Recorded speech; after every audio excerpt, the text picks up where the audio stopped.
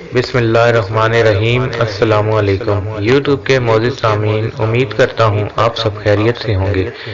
آج ایک نئے اور دلچسپ واقعے کے ساتھ آپ کی خدمت میں حاضر ہوئے ہیں، تو آپ کا ٹائم نہ ضائع کرتے ہوئے اپنے واقعے کی طرف چلتے ہیں۔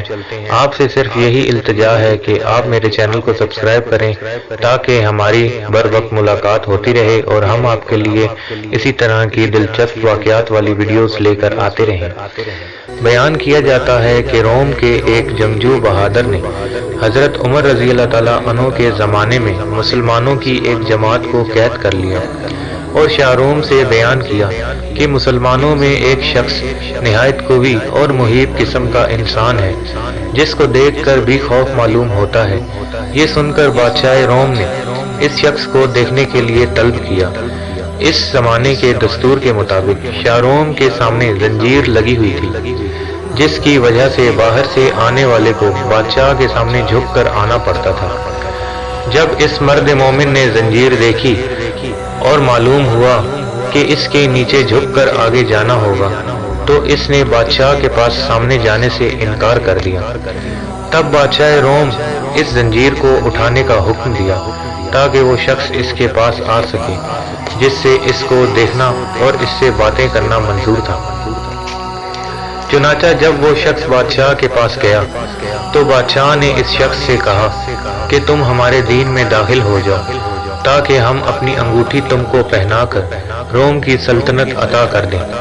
یہ سن کر اس مرد مومن نے کہا کہ دنیا کا آخر کتنا حصہ تیرے قبضے میں ہے؟ بادشاہ کہنے لگا، دنیا کا تقریباً تہائی یا چوتھائی حصہ میرے قبضے میں ہے۔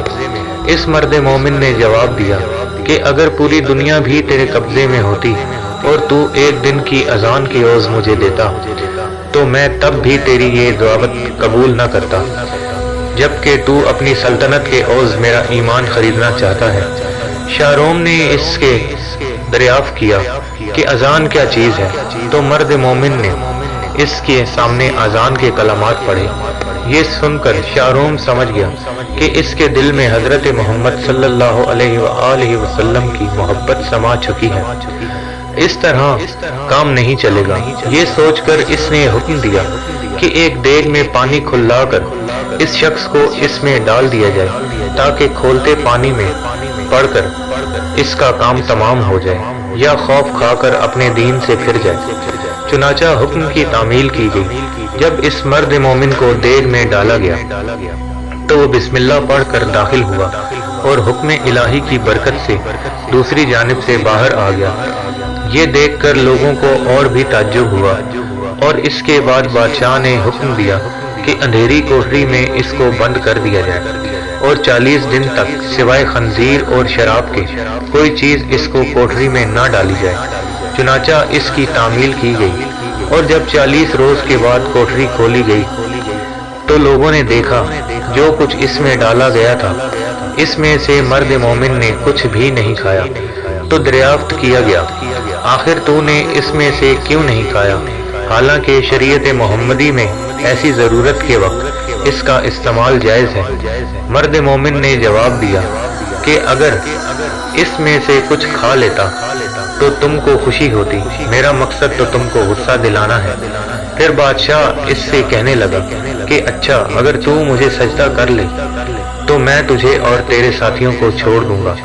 یہ سن کر مرد مومن نے جواب دیا کہ حضرت محمد صلی اللہ علیہ وآلہ وسلم کے دین میں خدا کے سوا کسی کو سجدہ کرنا درست نہیں ہے۔ اس کے بعد شاہ روم نے کہا کہ اچھا، پھر تم میرا ہاتھ چومو کہ میں تم کو اور تمہارے ساتھیوں کو رہا کر دوں۔ مرد مومن نے جواب دیا کہ ہاتھ کا بوسہ دینا صرف باپ، سلطان، عادل اور استاد کے لیے جائز ہے، دوسرے کے لیے نہیں۔ پھر شاہ روم نے کہا کہ اچھا، میری پیشانی کو بوسہ دو۔ تو اس پر مرد مومن نے جواب دیا کہ ہاں، یہ ایک شرط کے ساتھ ممکن ہے۔ بادشاہ نے کہا جس طرح تم کو منظور ہو۔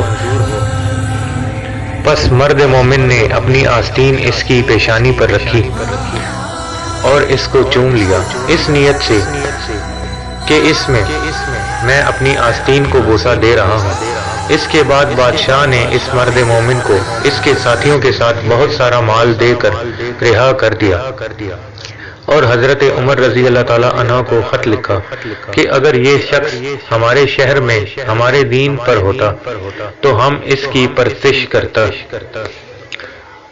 چنانچہ جب وہ شخص مرد مومن حضرت عمر رضی اللہ تعالیٰ عنہ کی خدمت میں حاضر ہوا تو آپ رضی اللہ تعالیٰ عنہ نے حکم دیا کہ مال سب کا سب اپنے حصے کے لیے مخصوص نہ کر لو، بلکہ اس میں سے رسول اللہ صلی اللہ علیہ وآلہ وسلم کے شہر کے لوگوں کو بھی اس میں شامل کر لو۔